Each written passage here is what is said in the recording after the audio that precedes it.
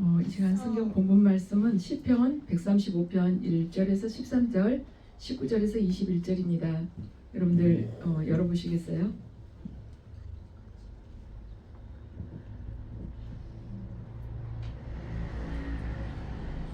함께 합독하시겠습니다.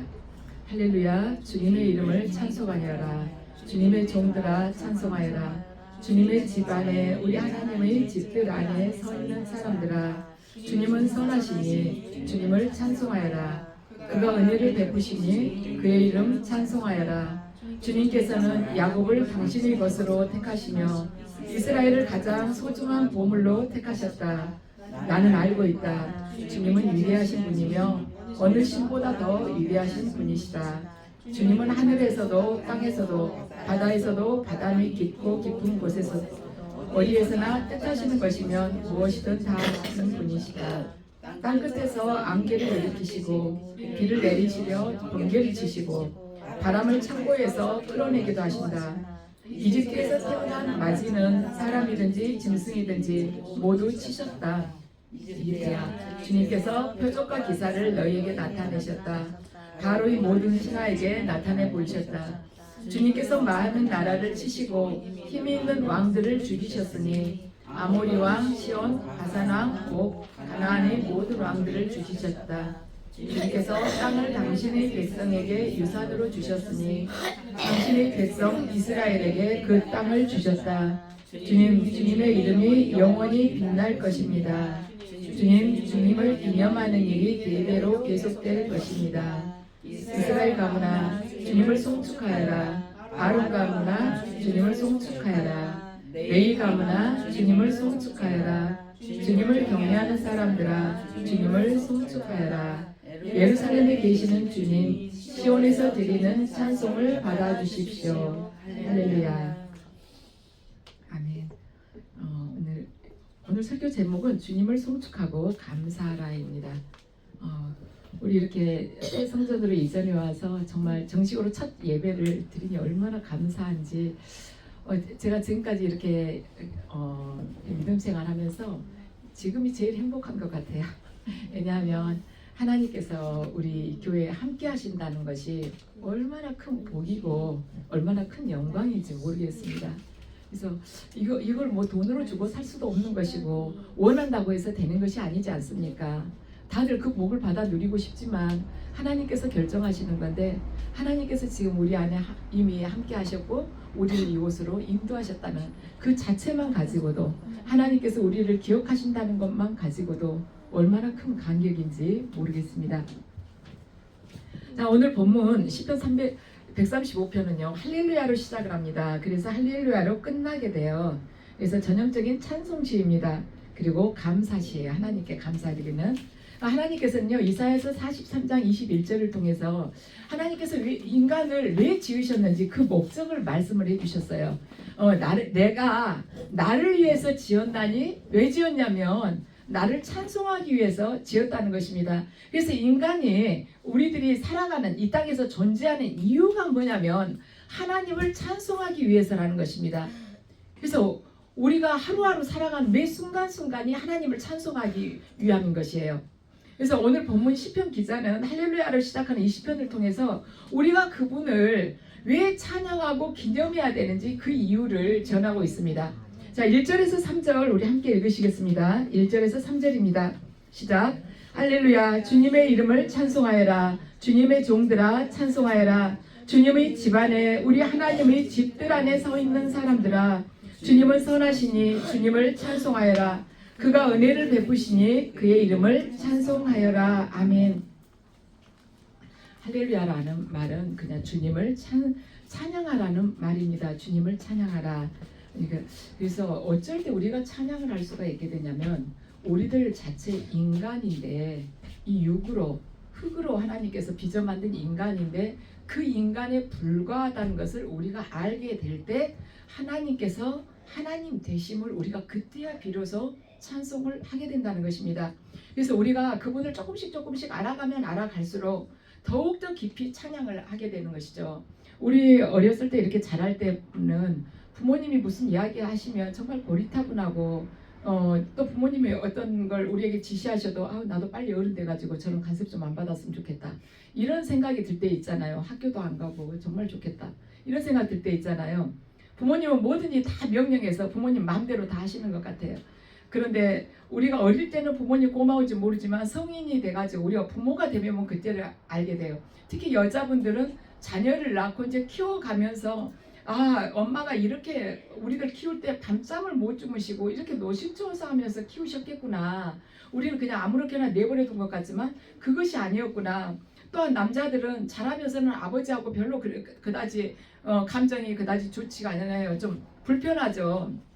특히나 우리나라 아버지들이 보수적이어서 그 밑에서 요즘 아버지들은 덜 그러죠. 그 밑에서 정말 지시받고 이렇게 살아온 경우에는 항상 그 눌리는 그런 게 있었기 때문에 아버지에 대한 것이라면 좋은 기억보다는 별로 안 좋은 게 훨씬 더 많을 수 있어요.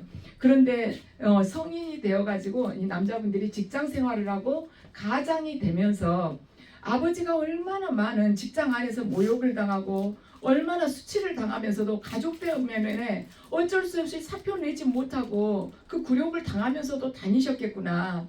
또한 가장이라는 그 한 가지 때문에 아버지도 한 인간인데 두려움도 얼마나 많고 그 책임감도 컸을 텐데 가장이기 때문에 아내와 자식들 앞에서 약한 모습을 보여주지 못하고 항상 강한 것처럼 하면서 집을 이끌어 가셨겠구나.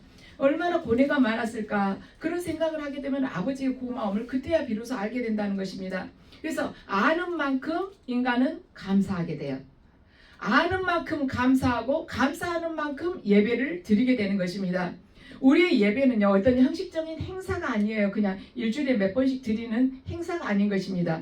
우리가 그분을 경외하고 그분께서 우리에게 베풀어 주신 사랑을 기억하면서 하나님께 감사하는 마음이 들었을 때 우리도 모르게 자연스럽게 우러나오는 그러한 찬송의 표현이 바로 예배라는 것입니다. 그분께서 나에게 베풀어 주신 은혜, 또한 그분께서 나를 지켜주셨던 것들, 그리고 그분은 그 어떤 신과도 비교할 수 없는 그 거룩하신 분이고 크신 분임을 알 때 내 안에서 저절로 터져 나오는 찬송이 바로 예배라는 것입니다. 우리 그래요. 인터넷으로 좋은 영상 보면은 내가 정말 사랑하고 가까운 사람들한테 그거 보내주고 싶잖아요. 같이 공유하고 싶잖아요. 그러죠. 그 영상을 보내준다는 그 자체가 그 영상을 찬양하는 것입니다. 일상에서 이렇게 사소한 것도 우리가 자연스럽게 찬양을 해요. 좋은 음식점 가면은 거기 뭐 가보라고, 참 반찬 깔끔하고 집밥처럼 맛있다고 그러면서 소개를 해주고 싶죠. 그것도 찬양하는 거예요. 그런데 일상에서 그런 사소한 것도 우리가 자연스럽게 찬양하면서 모든 것들이 근원이신 하나님을 찬양할 줄 모른다면 땅의 것에만 집착하면서 살아가는 육신적인 그런 인간이 아니겠냐는 것입니다. 땅의 것은 찬양할 줄 알면서 그 크신 하나님, 만물의 주인이신 하나님을 찬양한다는 것을 잊어버리고 계속해서 한 가지 부족한 것만 가지고 불평하면 우리가 어찌 육적인 인간이 아니겠어요? 입술로는 영적인 인간 하지만 실제로는 아니라는 것입니다. 오늘 본문 2절과 3절을 보면 성전 뜰 안에 있는 사람들아 주님은 선하신 주님을 찬송하여라. 여호와를 마땅히 찬송해야 될 이유가 뭐냐면 하나님은 선하시고 하나님의 이름은 아름다우시니 그의 이름을 찬양하라는 것입니다. 우리 누군가의 이름을 딱 이렇게 부르게 되면 그 이름 안에 그 사람 존재 전부가 다 담겨 있잖아요. 우리나라 하다못해 말하자면 이순신 장군 하면 이순신 장군이라는 그 이순신 장군, 이순신이라는 이름 그 석자에 그 사람의 모든 치적과 삶과 인격 그 모든 것들이 다 담겨 있잖아요. 그래요. 하나님의 속성이 아름답다는 것입니다. 하나님의 이름을 찬양할 때 하나님의 그 이름 안에 모든 것이 하나님의 속성까지 다 담겨 있는 거예요. 그걸 찬양하라는 것입니다. 그래서 인간이 입술을 가지고 뭐를 하는가? 인간은 보통은 입술을 가지고요. 자기 자랑을 하든지 남의 욕을 하든지 둘 중에서 하나예요. 자기 것 말할 때는 자랑이고 남의 것 말할 때는 남의 이름 부를 때는 욕을 하는 것입니다. 그런데 성경은 우리들에게 입술을 열어서 하나님을 찬양하는 데 쓰라고 그래요. 그 외의 것은 모두가 쓸모가 없는 것이라고 우리에게 경고를 하고 있습니다. 자, 4절 말씀 우리 함께 읽으시겠습니다. 주님께서는 야곱을 당신의 것으로 택하시며 이스라엘을 가장 소중한 보물로 택하셨다. 아멘. 모든 인간들이 자기를 찬양하느라고 정신이 없는데 하나님께서는 우리를 택하셨다는 것입니다. 우리를 택하셨어요. 그 많은 사람들이 자기를 찬양하느라고 정신없는데 가장 자기 찬양하는 데 있어서 최고의 그 극단적인 표현이 무엇이겠는가? 바로 자기 스스로 바벨탑을 쌓는 것입니다. 그런데 이 지면의 모든 사람들이 자기를 찬양하고 살고 있는데 그 찬양하는 무리들 가운데서 하나님께서 딱 한 사람을 택하셨어요. 바로 아브라함을 택해서 부르신 것입니다. 그래서 너는 이제부터 나를 찬양해라. 내가 너에게 복이 될 것이다 하고 말씀하신 것입니다. 그러면서 하나님께서 내가 네 이름을 창대하게 해줄 것이다. 네 자손들이 이 땅에 가득하게 될 것이라고 약속을 주십니다. 그래서 하나님께서는 아브라함 그 한 사람을 택해 가지고 내가 너에게 복이 될 것이라고 하면서 네 후손이 이 땅에 가득할 것이라고 말씀하시면서 이스라엘 백성들을 부르신 것입니다. 아브라함 한 사람을 통해서 이스라엘 백성들을 부르시고 또한 영적인 이스라엘은 우리를 또한 하나님께서 부르신 것입니다. 그래서 우리를 부르신 목적을 잘 알아야 돼요. 하나님께서 왜 우리를 부르셨을까? 하나님께서 시내산에 올라온 모세에게 주신 말씀을 이렇게 다시 한번 우리가 묵상을 하면 왜 우리를 부르셨는지 알 수가 있는 것입니다. 자, 여러분 출애굽기 19장 5절에서 6절 말씀 함께 읽으시겠습니다. 시작. 이제 너희가 정말로 나의 말을 듣고 내가 세워준 언약을 지키면 너희는 모든 민족 가운데서 나의 보물이 될 것이다. 온 세상이 다 나의 것이다. 그러므로 너희는 내가 선택한 백성이 되고 너희의 나라는 나를 섬기는 제사장 나라가 되고 너희는 거룩한 민족이 될 것이다. 너는 이 말을 이스라엘 자손에게 일러주어라. 아멘. 내가 너희들이 내 말을 듣고 내가 너희에게 세워준 언약을 지키면 너희는 내 보물이 된다는 것이에요. 하나님의 말씀에 순종하게 되면 너희는 내 보물이 될 것이다. 온 세상이 다 내 것이라는 거예요. 그러므로 너희는 내가 선택한 백성이 되고 너희 나라는 나를 섬기는 제사장 나라가 되고 너희는 거룩한 민족이 될 것이라고 말씀을 하십니다. 인간이 자기 스스로가 주인이 돼서 하나님을 부인하게 되면 어떻게 되는가? 지금 하나님께서는 내가 너희를 선택했다고 말씀을 하시는데 우리가 하나님을 부인해버리면은요 내가 어디에서 출발해라고 어디로 간지를 몰라요. 그래서 어떻게 되는가? 방랑자가 되는 것이죠. 내 근원이 어딘지를 모르는 것입니다. 지금 하나님께서 이스라엘은 영적인 이스라엘은 선택을 한 거예요. 우리의 근원이 어딘지를 우리는 알고 있습니다. 그런데 하나님을 부인하게 되면은 내가 어디에서 와서 어디를 향해 가고 나는 왜 날마다 무엇 때문에 살지? 그 모든 정체성이 없어져 버리는 거예요. 그래서 방향도 없이 목적도 없이 그냥 정처 없이 떠돌아다니는 방랑자가 돼가지고 그냥 한 줌의 흙으로 끝나버리는 것입니다. 또한 우리가 하나님을 부인하게 되면 아주 큰 건 뭐가 있냐면요 우리가 감사할 대상이 없어지는 것입니다. 우리가 어떤 일에 있어서 인간은 본능적으로요 하나님께서 지으셨기 때문에 영적인 그분에게 우리 아버지에게 감사하고 싶어하는 게 본능적이에요. 그래서 어떤 정말 좋은 일을 보면은 이걸 혼자 칵 누리기보다 감사합니다. 내 능력으로 도저히 할 수가 없는데 내 능력으로 넘쳐버린 거예요. 그런데 그걸 누리게 되면 감사할 대상을 반드시 찾게 된다는 것입니다. 근데 하나님을 부인하게 되면 감사할 대상이 없어져 버린 거예요.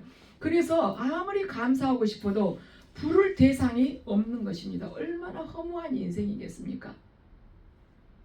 마틴 루터는요 감사할 줄 아는 것이 그리스도인과 비그리스도인의 구별하는 가장 뚜렷한 경계선이라고 이야기를 했습니다. 감사할 줄 아는 것이 그리스도인과 비그리스도인을 구별하는 경계선이다. 그런데 우리 이렇게 가만 보면요 비그리스도인인 불교 신자나 무슬림들도 감사합니다. 무슬림들 그러잖아. 알라에게 감사한다고 그러잖아요. 불교 신자들 얼마나 잘 감사하는지 몰라요.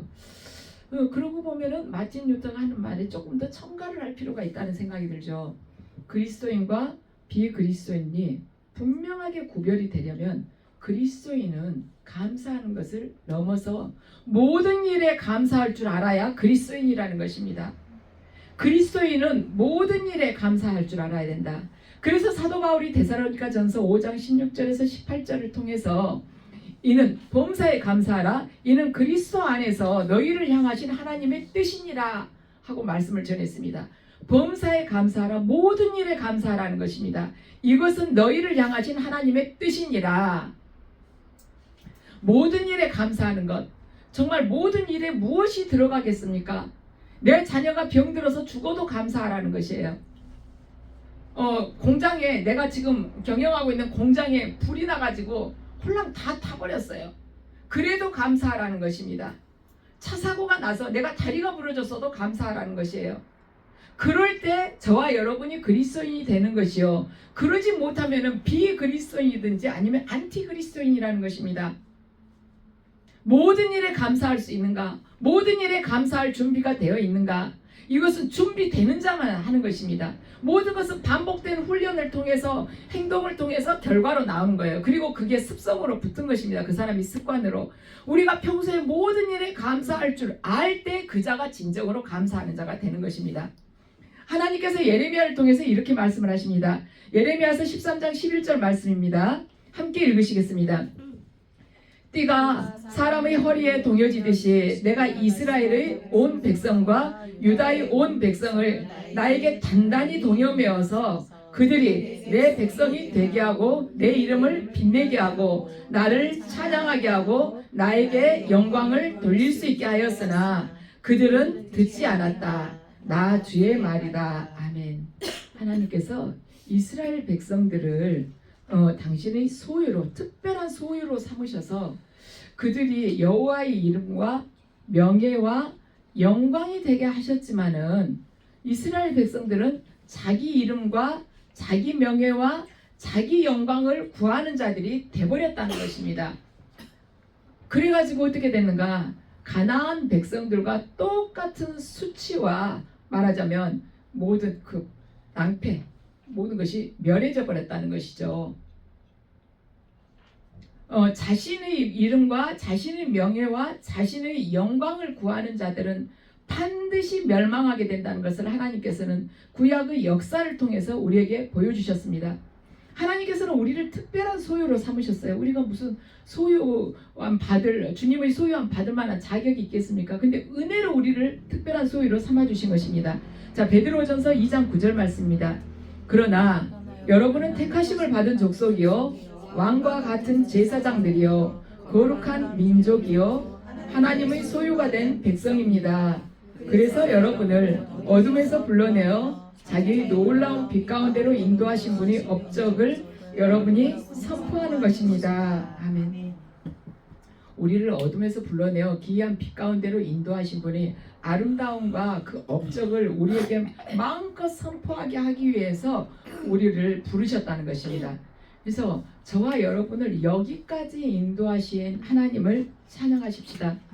우리 시온산교회 처음 세워질 때부터 여러분들 다 우리 시온산교회 역사죠. 영준이도 역사인 것 같아요. 우리 시온산교회 세워질 때부터 모두 여러분들 역사입니다. 그래, 그 과정 안에서 지금 4년 약간 넘었잖아요. 얼마나 우리가 음침하고 어두운 그 사망의 골짜기를 수도 없이 여러분들 넘어왔습니까? 여러분들은 다는 잘 모르실 거예요. 어떤 순간에는 금방 침몰할 것만 같은 그런 순간도 있었습니다. 교회가 아예 없어져 버릴 것인가, 그런 순간들도 있었습니다. 그런데 외줄타는 심정으로 여기까지 왔는데 돌이켜보면 매 순간 하나님께서 지키시면서 안타깝게 계속 바라보고 지켜보고 계셨다는 것을 지금 느낄 수가 있어요. 그분께서는 그렇게 하셨음을 믿습니다. 모든 것이 멈춰버리고 캄캄한 흑암 속에서 머무른 것 같은 순간들도 있었고 그 흑암조차도 가만히 멈춰 있는 것 같아요. 또한 아무리 예배를 드려도 기도를 드려도 하나님 임재가 전혀 느껴지지 않는 그런 순간들도 있었습니다. 정말 발을 동동 구르고 이유가 무엇일까 기도를 해봐도 아무것도 느껴지는 것이 없고 하나님 음성도 들리지 않고 정말 원인이 무엇인지 회개해보고 여러 가지 이렇게 저기 하는 대로 떠오른 대로 또 기도하면서 정결케 또 씻어내고 말씀 앞에서 씻어내고 그러면서 하나님의 그 뜻을 구해도 아무 감동이 없을 때도 있었습니다. 그런 과정 안에서 하나님의 지금 뜻을 모르니까 이 흑암 속에 계속 머물러 있다는 것을 알면서도 뜻을 모르니까 나갈 수가 없는 거예요. 근데 그 안에서 계속 이렇게 품고 있는 마음은 뭐냐면, 하나님께서 말씀만 하시면 어떤 말씀이라도 즉시 순종하겠습니다. 그 마음은 계속 품고 있었어요. 근데 말씀이 지금 내리지가 않으니까 어떤 방향으로 갈 수가 없는 것입니다. 그런데 주님께서는 하나님의 뜻을 갈급해 하는 저와 여러분의 마음을 아시고 우리가 놓친 부분을 알려주신 것입니다. 대림동 복음전도 사역을 적극적으로 하라는 것이었어요. 우리는 이렇게까지 하나님께서 원하실 줄은 몰랐습니다. 왜냐하면 우리가 아니어도 교회가 너무 많기 때문에. 그리고 대림동 복음전도는 처음에 하나님께서 우리에게 주셨던 비전을 우리가 놓쳤다기보다는 사실은 여기에 와서 전도할 엄두도 나지도 않고 하기도 싫어가지고 하고 싶지도 않았었습니다. 그래서 후원을 조금 하면서 의무를 다한 것처럼 그냥 자꾸 잊어버리려고 그랬어요. 마음속 한편에는 조금 불편하지만 그냥 자꾸 잊어버리면서 주님께서 우리에게 주신 비전을 그냥 희석시키려고 그렇게 사실 이 안을 딱 열어보면 그런 게 있었습니다. 그런데 이 비전이 우리에게 복임을 우리가 뒤늦게 깨닫게 되었습니다. 주님 자체가 복이시고 그분이 말씀에 순종하는 것이 복이라는 것입니다. 우리가 이 말씀에 순종을 하니까 하나님께서 우리 안에서 이제 완전히 함께 하시는 거예요. 이전에는 주여 오시옵소서, 성령님 저희 안에 임재하시옵소서, 이것이 아니라 이제는 주님께서 우리와 함께 이렇게 사시는 것입니다.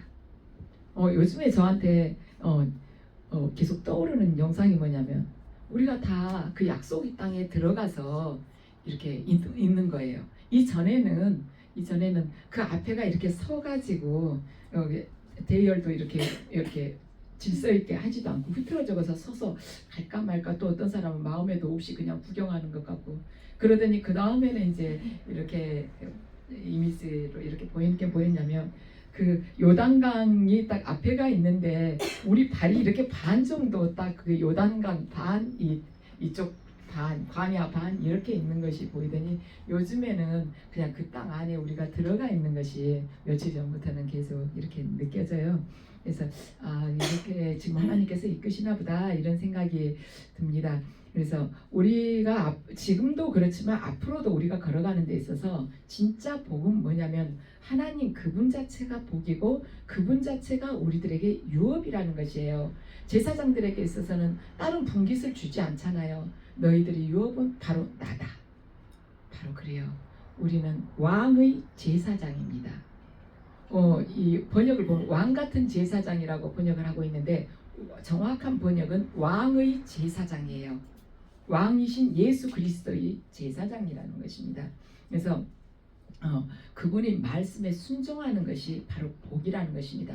말씀 자체가 복이에요. 근데 말씀에 순종하게 되면 우리가 말씀과 일치가 되게 되는 것입니다. 그래서 복과 일치가 되기 때문에 우리가 그때 복이 되는 것입니다.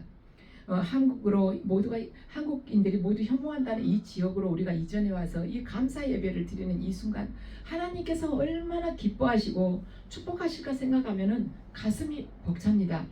주님의 광대한 뜻이 저와 여러분 그리고 시온산 교회를 통해서 온전하게 모두 이루어지고, 또 마침내 페루 사역까지 탄탄하게 완주하기를 축원합니다. 주님의 말씀이 저와 여러분 또한 시온산 교회의 행적 가운데 새겨지는 역사, 그것이 바로 성령 행전이지 않겠습니까? 말씀이 여러분의 삶 순간순간에 새겨지고 우리 시온산 교회에 하나님의 말씀이 새겨지는 역사, 그것이 바로 성령 행전이라는 것입니다. 우리는요, 나를 찬양하면 전혀 기쁨이 없어요. 자기 찬양하는데 뭐가 그렇게 기분이 좋습니까? 조금 있으면 바람 빠진 풍선하고 똑같죠. 내 안에 선한 것이 뭐가 있겠습니까? 그런데 사람들은 하루 종일 자기 생각만 하고 자기 불행, 자기한테 주어지지 않는 딱 한 가지, 나머지 다 채워지는데 그 아담과 하와처럼 그 선악과 하나에 매달리는 것처럼 내가 꼭 하고 싶은 거 한 가지, 그걸 가지고 계속 불평을 하고 있기 때문에, 불만족을 하고 있기 때문에 행복이 없는 것입니다. 그렇지만 하나님을 생각하고 묵상하고 하나님께서 행하신 모든 일을 생각하는 사람은 절대로 절망에 빠지지 않습니다. 왜냐하면 전능하신 그분이 나와 함께 하시기 때문입니다. 자, 우리 19절에서 21절 말씀 함께 읽으시겠습니다. 자, 시작. 주님의 이름이 영원히 빛날 것입니다. 주님을 기념하는 일이 19절이고 이스라엘 가문아 주님을 송축하여라. 아론 가문아 주님을 송축하여라. 레위 가문아 주님을 송축하여라. 주님을 경외하는 사람들아 주님을 송축하여라. 예루살렘에 계시는 주님, 시온에서 들리는 찬송을 받아 주십시오. 할렐루야. 아멘. 이 송축하라는 말이 바라크, 히브리어로 바라크. 여러분들 바라크 들어보셨죠? 복이라는 것이잖아요. 복. 그래서 이 바라크 이거 깊은 뜻은 뭐냐면 무릎을 꿇고 경배하라는 거예요. 솔로몬이 성전을 주님 앞에 지어 바치고 무릎을 꿇었을 때 그때 바라크입니다.